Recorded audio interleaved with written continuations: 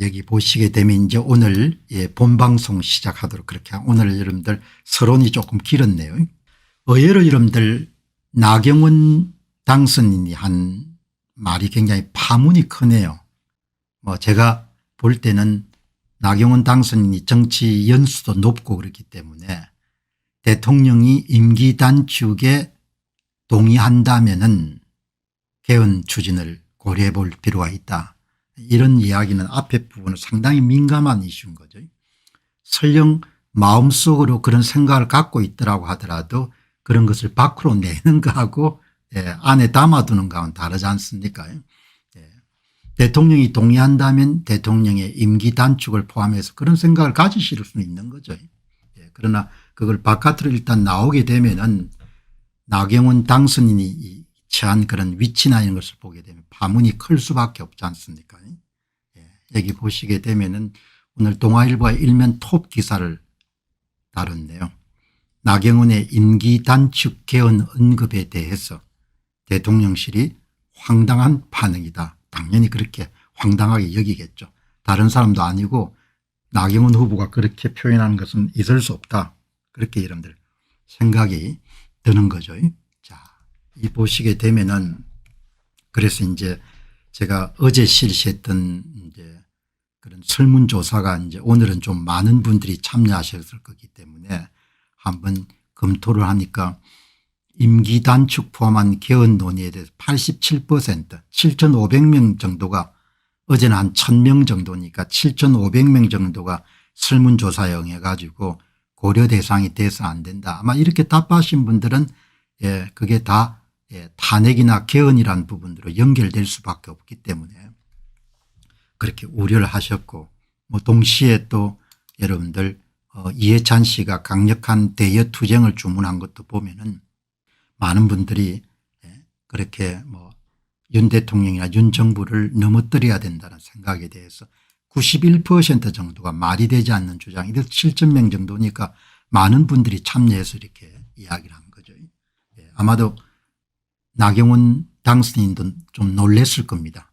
그러니까 설화 사건이다 이렇게는 볼 수 없겠지만 어쨌든 말을 조금 더 다듬어서 이렇게 할 필요가 있었다 이렇게 생각할 건데 어쨌든 조기에 여러분들 그 문제를 진화하기 위해서 본인이 분명하게 페이스북에 입장을 밝혔네요.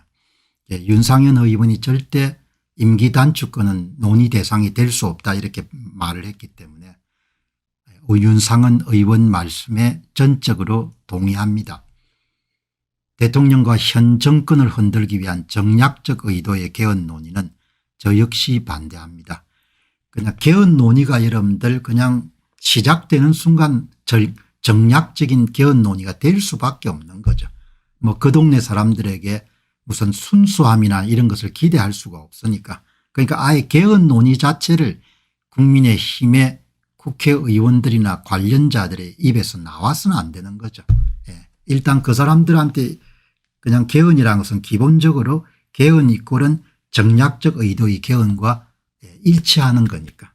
그래서 다선 의원인 아마 이번에 5선이죠. 나경원 당선인이 그런 이야기를 입에 올릴 필요는 전혀 없는 겁니다. 탄핵 야욕을 개헌으로 교모히 포장하는 일부 야당의 주장은 단호히 거부합니다. 벌써 조국개혁당이 대통령 임기 단축을 위해서 탄핵을 하겠다고 이렇게 나서고 있지 않습니까? 이제 중요한 문제는 우리가 잊지 말아야 될 것은 지금 두 문장이지 않습니까? 국민이 직접 뽑은 대통령이고 임기가 5년이 보장이 된 것이고 그리고 국민이 뽑을 때는 공동체 차원의 약속이 됐기 때문에 결정적 하자가 없으면 여러분들 대통령을 내려오라고 할 수가 없는 거죠. 그래서 나경원 당선인이 조금 이렇게 경솔한 표현이었다 이렇게 보면 되는 거죠. 그러니까 오늘 이지영 님께서 의료를 붕괴시키는 걸 보면 정부의 신뢰가 안 갑니다. 신뢰가 안 가죠. 신뢰가 안 가죠.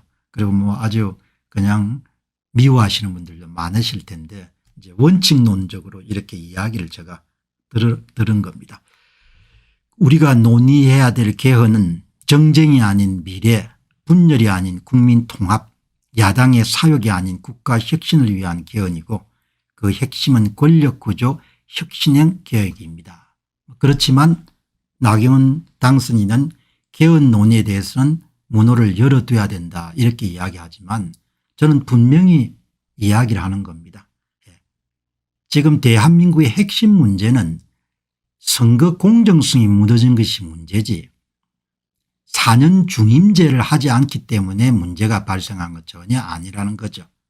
그러니까 나경원 당선인은 권력구조 혁신형 개헌은 반드시 추진해야 된다는 입장이지만 저는 권력구조 혁신형 이전 권력구조 퇴보행위 등 간에 아무 관련이 없다. 일단 개헌 논의가 시작이 되게 되면 그쪽은 정략적으로 이용을 해가 여러분들 결국은 대통령 탄핵으로 몰고 갈 수밖에 없기 때문에 거듭 말씀드리지만 현재 대한민국이라는 공동체가 당면하고 있는 문제는 4년 중임제든 5년 단임제든 그게 전혀 문제가 아니다 이야기죠. 선거 공정성이 훼손된 것이 가장 문제인데 그 국민의힘의 중진 그런 인사들 입에서 필요에 따라서 여러분들 선거 공정성 문제는 다 여러분들 숨기고 이렇게 개헌을 이야기하는 것은 옳지 않다는 겁니다. 너무나 비겁한 사회가 돼버린 거죠. 그리고 그 비겁함을 우리가 선택한 대가로 얼마나 많은 비용을 앞으로 사람들이 치르게 되겠습니까? 그래서 제가 분명하게 여러분들 이 문제를 정리하는 겁니다. 권력구조 혁신형 개헌이라는 것은 아예 애시당초 없는 거다. 4년 중임제니 무슨 이런 게 문제가 되는 것이 아니고 선거가 무너졌기 때문에 문제가 되는 거지 헌법이 잘못돼서 문제가 되는 것은 전혀 아니라는 겁니다. 2022년도 대통령 선거의 실상을 파헤친 도둑놈들 2권 2022년 대선 어떻게 훔쳤나 그리고 도둑놈들 3권 2022년 대선 무슨 짓을 했나를 출판하게 되었습니다. 공직선거를 회부하는 도둑놈들 시리즈가 계속 나올 수 있도록 여러분께서 구매해 주시고 주변에 널리 알려주시기 바랍니다. 선거를 바로 세우고 나라를 바로 세우는 일에 여러분께서 힘을 더해 주시기 바랍니다. 감사합니다.